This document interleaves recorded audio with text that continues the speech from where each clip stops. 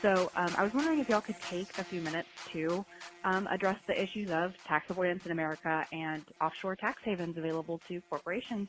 What would be the economic impact of forgiving all U.S. student loan debt? Hi, my name is Jackie. I am a working business economist in Chicago. Hi, this is Casey Rogers. I'm calling from the unfortunate state of Louisiana.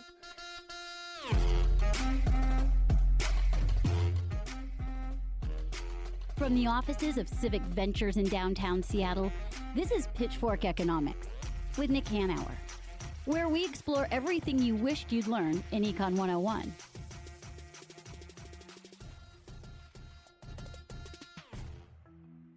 So here we are again in another episode of Pitchfork Economics, and I'm joined by my friend Trey Crowder.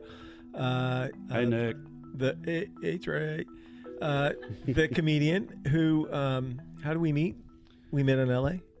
Yeah. You, as far as I could tell, parachuted out of a private jet into my backyard in Burbank. I did. Yeah, that's how I roll. I carry a parachute. Yeah, no, we did some video stuff together at my house in Burbank. That's right. And yeah, I think I asked you that you were there already, and shortly after you got there, and we heard a helicopter in the distance, and I was like, hi, is that Nick's helicopter or whatever? And you were like, no, mine's still in Washington or whatever, something like that. Helicopter. Actually, where's my helicopter? I don't know. It's somewhere. Yeah. Who can keep up? Exactly. No, I don't have a helicopter. Sad. I wish I had a helicopter. But anyway, yeah, we've been partners doing stuff having to do with economics and narrative for a while, and it's super fun to have Trey here at world headquarters of Civic Ventures in Seattle, WA, to talk about economics and to stumble our way through complicated and baffling listener questions, which is what we did last time and which what we will attempt to do again now. Oh, I'll stumble. Don't worry. Okay. No attempts. You can have a stumbling competition. Hi, Nick. Thanks for the great show. My name's Paul Lamb. I live in Toronto, Canada, and I would be interested to know what would be the economic impact of forgiving all U.S. student loan debt. You see a lot of naysayers claim it would be apocalyptic. I would be curious to know what your thoughts were on the matter. Thank you, and thanks for the great show. Bye-bye. Paul, that's an awesome question, and thank you for calling from my second favorite country, Canada. Mm-hmm. Trey, do you have any student debt? I mean, I did, but, thanks to... you coming to my house and doing those videos. No, just thanks to various things. I paid mine off a little over a year ago, but yeah, I definitely had student loan debt, and pretty much everybody I know that's college educated does, and some of it's pretty outrageous. How much did you tally? Like at the peak, how much did you owe? I mean this sincerely, even though I might sound ridiculous. I only owed about $20,000. Oh, that's not bad. No, well, because I grew up super poor and made really good grades, so I had like scholarships and also federal Pell grants, low income, and still worked the whole time I was in college, and still had some student loan debt by the time I got out. But yeah, like my sister-in-law's a pharmacist, and she has 6 figures plus of student loan debt. Yeah. So, Paul, to your question, if memory serves. The accumulated student debt in the United States now is at about $1.3 trillion, and it affects, I think, 40 million individuals. And eliminating all that debt would be, in my opinion, a fantastic idea, something that we could very, very easily do. And here's how I know we could do it. Because we just passed a giant tax cut for rich people that will cost about $1.5 trillion. Right. And we could afford to do that. Right. So clearly, the reason that we don't wipe out student debt is that we have persuaded ourselves, again, coming back to the theme of pitchfork economics and attacking neoliberalism, that tax cuts for rich people creates growth. Investments in the middle class will bankrupt our great country. Right. Right? So take the same $1 trillion. If we, under this sort of regime of thought, if you give the $1 trillion in tax cuts to rich people and big corporations, that's good for the economy. If you take the same $1 trillion and wipe out the debt for tens of millions of ordinary Americans, middle-class Americans, that will bankrupt the country. This is crazy and absurd. And obviously, it will benefit the economy much more to get all these folks, 40 million people, out from under this insane amount of debt. I mean, forget how it will impact their lives and make it better. Think about what it would do for the economy to free all these people up to actually start buying stuff, right? Yeah. Not a one of those people can participate fully in the economy today because they're saddled with all this debt. And I also want to say, for all the people who are listening who are like, well, you know, I paid for college, blah, blah, blah. You know, here's the thing. I paid for college. I did. You know how much it cost me to go to the University of Washington a year? $650 a year. Right. Because in my day, in the olden times, we had an economic system where college was treated as a public good, and taxpayers paid down the cost of tuition. And what happened over 40 years in neoliberalism is that we shifted that burden from taxpayers onto students. And so, anyway, I think it'd be a terrific idea. And so, Paul, we are going to go deep on this subject in an upcoming episode of Pitchfork Economics devoted entirely to the idea of debt-free college. So stay tuned for that. Hi, my name is Jackie. I am a working business economist in Chicago, and love you and the work that you're doing on Pitchfork Economics. I love you very irrationally. And I would love to hear you talk about the relationship between wages and inflation on your show if you haven't already done so. And also perhaps throw in the money supply as policy. That would be great. There is some renewed focus right now around using money supply more aggressively in policy than in the past, and rather than using just inflation targeting. So it would be great to hear about that, and keep up the good work. Thank you. I want to say off top, Jackie, that I don't think there's anything irrational about loving Nick, just so you know. It's not weird at all or anything. I was just telling myself like that. Yeah. Yeah. Every morning in the mirror. People should love you. Yeah, right. What is it? What did Stuart Smalley say? I'm good enough. Yeah. I'm smart enough. And gosh darn it. People like irrationally love me. But wages thank you and so inflation. Much. So it seems pretty out of whack to me. Like, one thing that I used to, I would be so pissed about all the time when I got out of college and got this, desk job working for the government that ostensibly paid well and everything, was that I did not have a 4-bedroom house with a 2-car garage and a boat and all this shit. Like I was always told is how America works. If you don't live in a trailer like I grew up in, like I was like, when does my boat show up? And you know what I mean? Like I thought that was the idea. You used to be able to get a job at a factory and have a wife and family and own your own home and all this, and that just doesn't happen anymore. And that's the reason why, right, is that wages have not kept up with the cost of everything else. That's right. And in particular, Trey, the stuff that you mentioned, which is a house, or education or healthcare, the inflation of those things has wildly outstripped wages. But Jackie's question around wages and inflation is a really interesting one, and definitely one that confuses people, because it's easy to think that if wages go up, like if we doubled the minimum wage, wouldn't that just double the cost of everything, and wouldn't we either be in the same spot or worse off? Yeah, I feel like that's like a general, belief that people seem to have. Yes. Is that it's like, well, if you just pay people more, well, then everything will just cost more, so it'll be totally negated anyway. And there are two ways in which that's not true. The first is that profits as a percent of GDP are almost double today what they were consistently in the middle part of the last century. They've gone from about 5% of GDP to about 10% of GDP.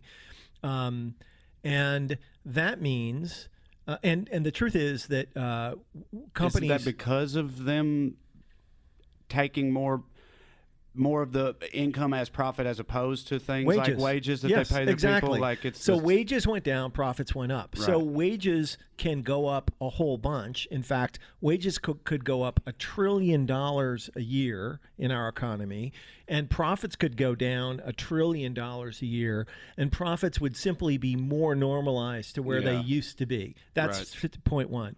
And the second point is that that wages usually make up a small part of the cost of things. Mm-hmm. So as I recall, the total cost of labor for Walmart is about 10% of sales. So of course you can raise wages a bunch, but that will only increase profits a tiny bit. And Walmart indeed could afford to not charge anything more, even if they did that. This is John from Arizona, and this is my question. A progressive income tax code comes in varying degrees. How do we know when it's progressive enough to meet the needs of society? John from Arizona, that's an excellent question. And I don't think that there's probably a definitive answer to that. I appreciate you looking at me just now as though I might have any insight on whether or not there's definitive. No, there's not a definitive answer as far as I'm concerned. Yeah. It ain't it right now, I'll tell you that much. Yeah, and so one of the big problems with the tax code right now is that for most rich people, most income is not ordinary income. It's not the income that you make getting paid from your job. It's income that comes from investments. Yeah. And that income isn't taxed progressively. It's taxed at the capital gain rates of around 25%. So for most really rich people, most income is taxed at a lower rate than middle class people are taxed at 33% or something like that. Right. So that's pretty crazy. And here's what we know from history is that there was a point in the American past when the marginal tax rates were 70 or even 90%.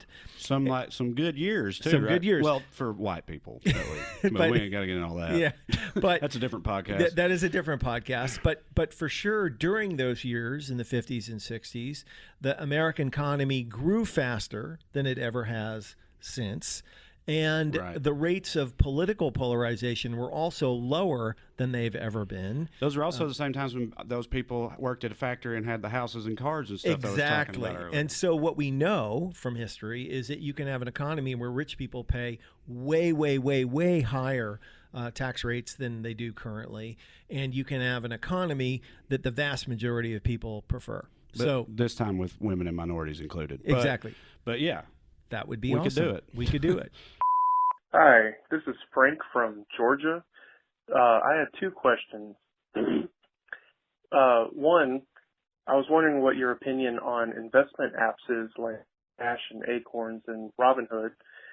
And I was also wondering what your opinion on a sales tax or federal sales tax like the fair tax or a VAT tax would be. That's it.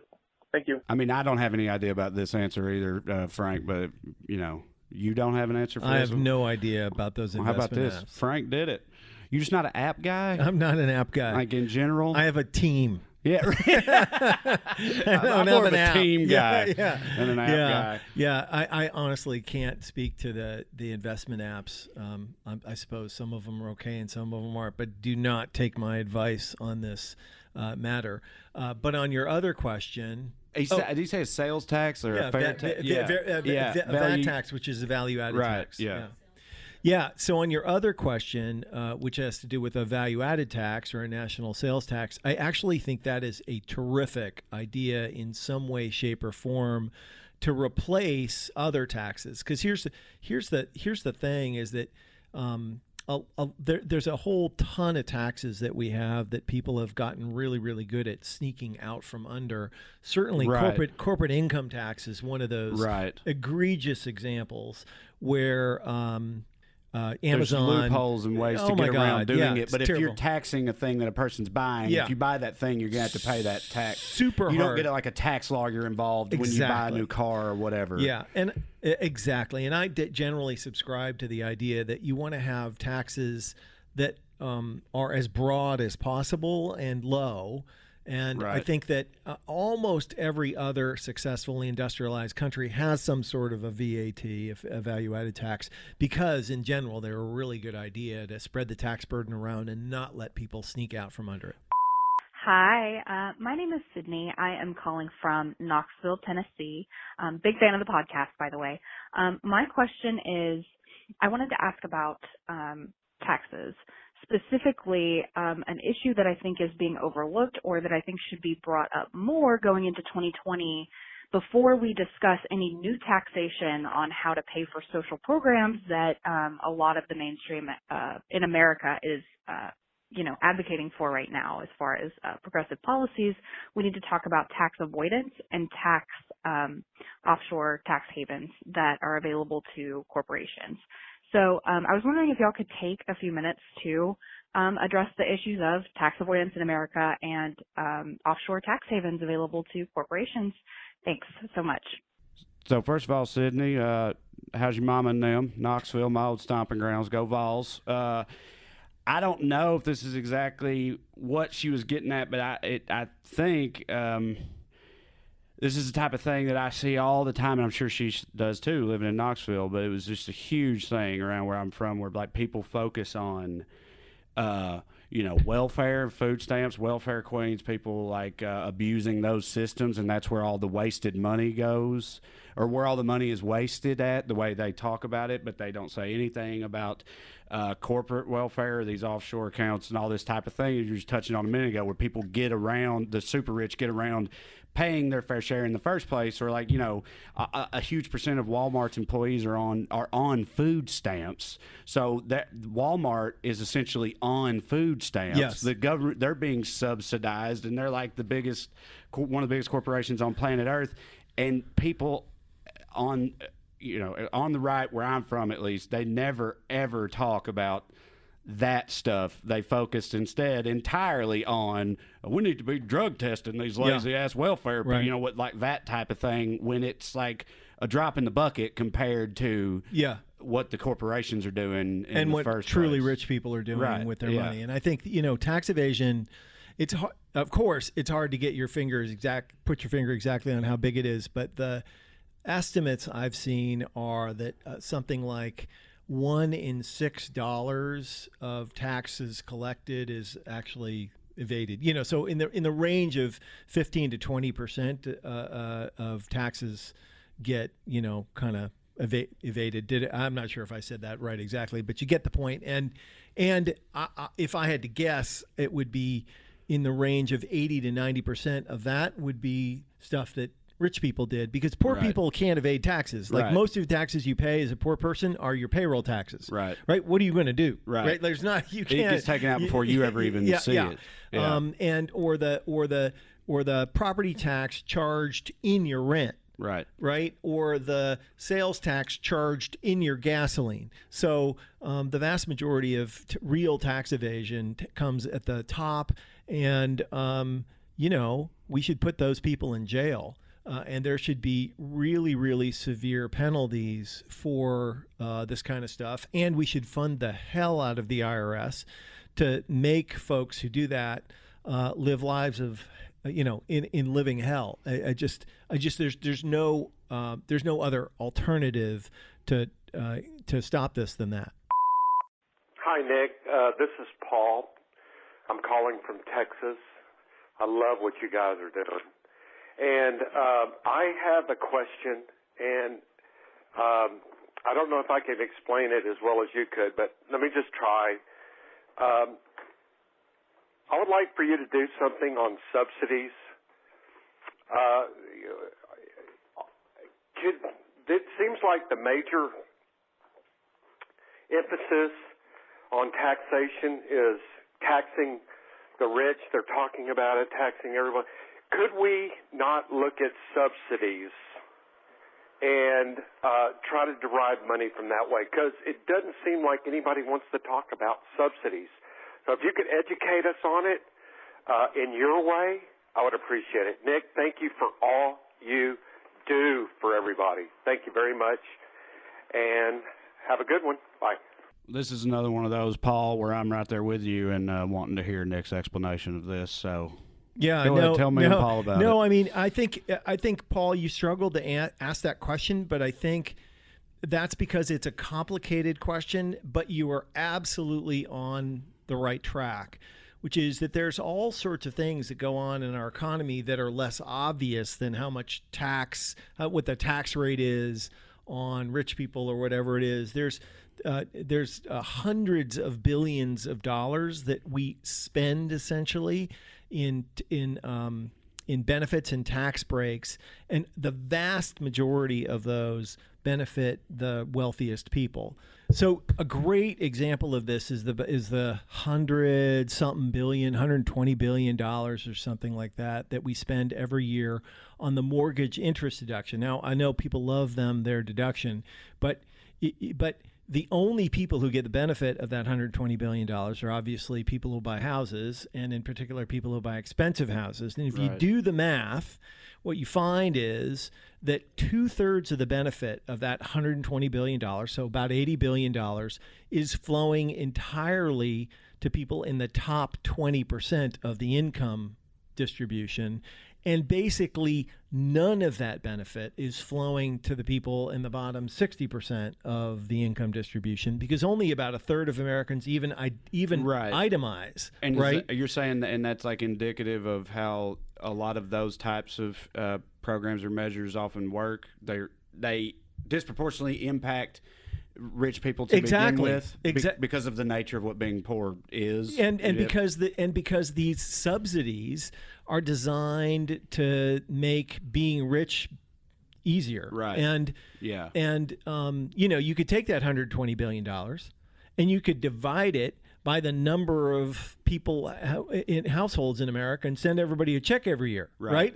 Yeah. So that person making $20,000 a year living in an apartment would get an equal share of that $120 billion a year as the jillionaire living in the giant penthouse. Right. This would be a far fairer way to split up that $120 billion subsidy, and I think would benefit the country, a lot. Hey, Nick, my name is Jonathan Weiss, and I'm calling from Richmond, Virginia. And my question is this. Franklin Roosevelt said, taxes shall be levied according to ability to pay. That is the only American principle. Let's think about that for a moment. According to Pew Research, 83.5% of Americans make less than $100K. And that's households. Those households pay just under 20% of the taxes. They pay 19.5% of taxes. But Americans are drowning in debt. So why do we have any of these households paying any income taxes at all? And if you're curious about finding the research on that, look for Pew Research, a closer look at who does and doesn't pay U.S. income taxes. Thanks. Take care. Well, that's why do we have any of these people paying any income taxes at all? It's like, well, hell, I mean, somebody's got to pay taxes in this damn country. You know what I mean? Like, because the rich are not, they're going to pay as little as they possibly can. But no, I mean, what is the answer? Yeah. So one of the Jonathan, you put out a really interesting thing, which is that we have to find a fair tax system that burdens people in proportion to how they can pay. Right. And one of the things folks on the right will always say about the tax system today is, well, the rich pay all the taxes. And if you actually look at where tax revenue comes from, it is true that rich people are paying almost all of it. But they have all the money. Exactly. Exactly. Right. And the reason, exactly. And the reason that so many people in the bottom deciles have so much debt, and the reason they have so much trouble paying their bills, and the reason they don't really have the capacity to pay taxes is because their wages have been suppressed for 40 years. So that the rich people could have more money. Exactly. And so the problem isn't the way in which we have organized the tax code, in my opinion. Right. The problem is the way in which we have organized how we pay people. If you fix the pay thing, the tax problem goes away. Mm-hmm. If you double the median income from $59,000 to $120,000, which, by the way, is where basically it would be if the typical family had fully benefited in productivity over the last 40 years, then those folks wouldn't have any debt, and they would be able to pay tax. Right. And that's the heart of the problem, not the tax system. Hi, this is Casey Rogers. I'm calling from the unfortunate state of Louisiana. And my question is this. Do you believe American companies are suppressing wages by labeling workers in entry-level positions as unskilled workers, regardless of what education or work experience they bring into the position? All right. So, Casey, I want to say off top that you're really selling Louisiana short there.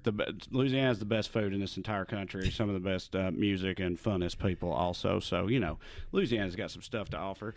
But having said that, Nick, you want to talk about the actual question? I think the answer to her question is yeah, probably. Yes. They're suppressing it. Without even knowing the details, I'm going to say probably. Because that'd be a shitty thing to do. Yeah, that's how they do it. I'm sure they're doing it. Exactly.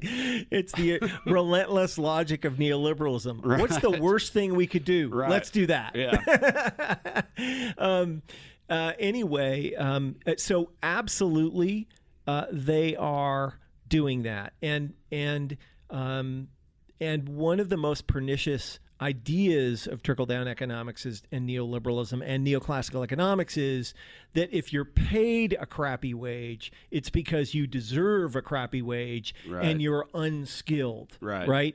And that is just straight up oppression, right? Yeah. That's just exploitation. The truth is, if you're paid a crappy wage by one of these giant companies is mostly doing it, it's because those people are assholes and are exploiting you. And we have supported that exploitation with our policies. Right. There is no earthly reason why folks shouldn't earn enough to get by without food stamps and Medicare and the rest of it.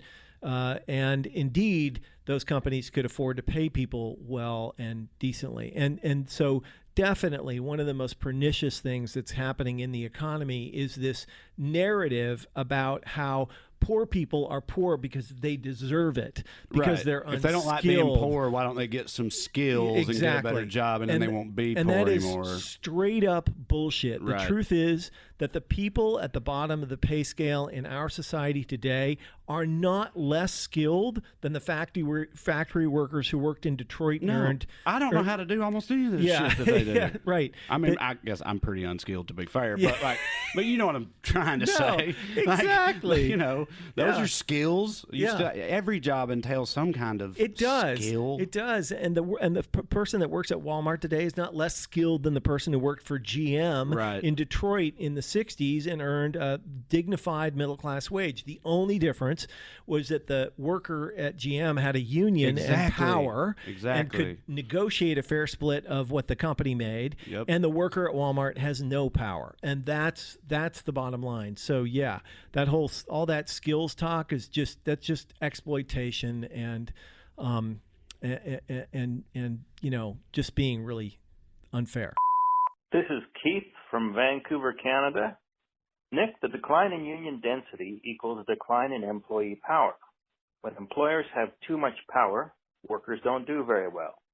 Are you in favor of reforming labor laws to increase union density to European levels, or do you see good alternatives to unions that will restore the balance of power and lead to living wages and decent benefits?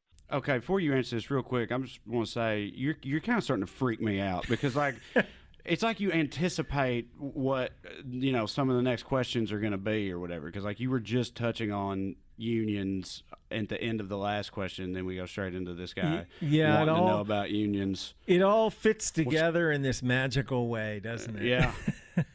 Yeah, and we have been rolling these ideas around in our heads for a really long time. And Keith from Vancouver, thanks for asking the question about union density. So for sure, there is a direct correlation between declining union density and the shittiness of the lives of ordinary people. Before unions were a thing, people were like literally like a worker would fall into a meat grinder and they're like, well, I guess he goes in the next shipment of Spam or whatever. You know what I mean? Exactly. Like, they didn't give a shit about the people that worked for them until unions became a thing and forced them to start in the first place. That's right. Like, you have to.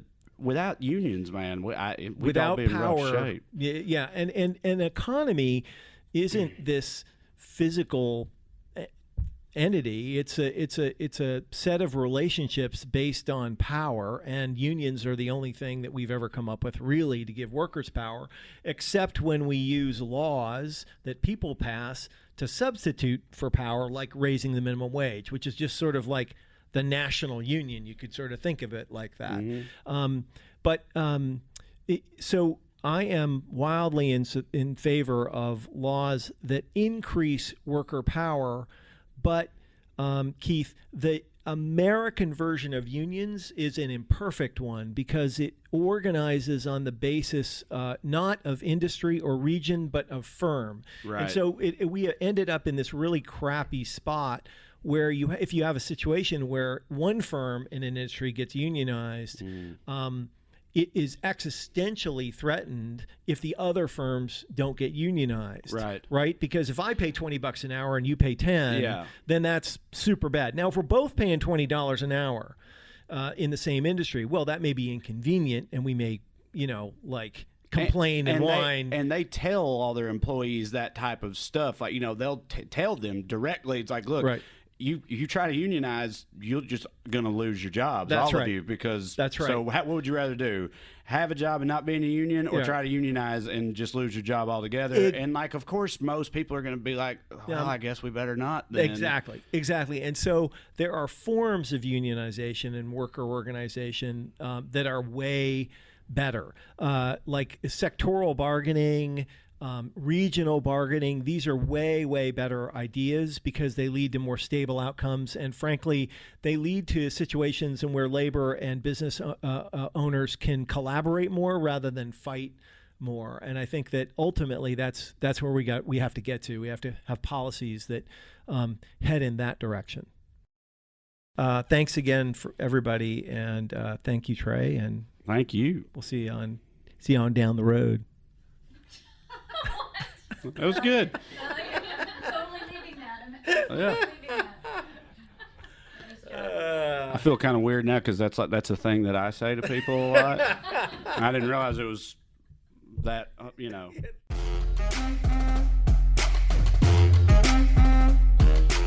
Pitchfork Economics is produced by Civic Ventures. The magic happens in Seattle in partnership with Large Media. That's LARJ Media and the Young Turks Network. Find us on Twitter and Facebook at Civic Action, follow our writing on Medium at Civic Skunkworks, and peek behind the podcast scenes on Instagram at Pitchfork Economics. And one more, you should definitely follow Nick on Twitter at Nick Hanauer. As always, a big thank you to our guests, and thanks to you for listening from our team at Civic Ventures. Nick Hanauer, Zach Silk, Jessen Farrell, Jasmine Weaver, Stephanie Irvin, David Goldstein, Paul Constant, Stephen Paolini, and Annie Fadley. See you next week.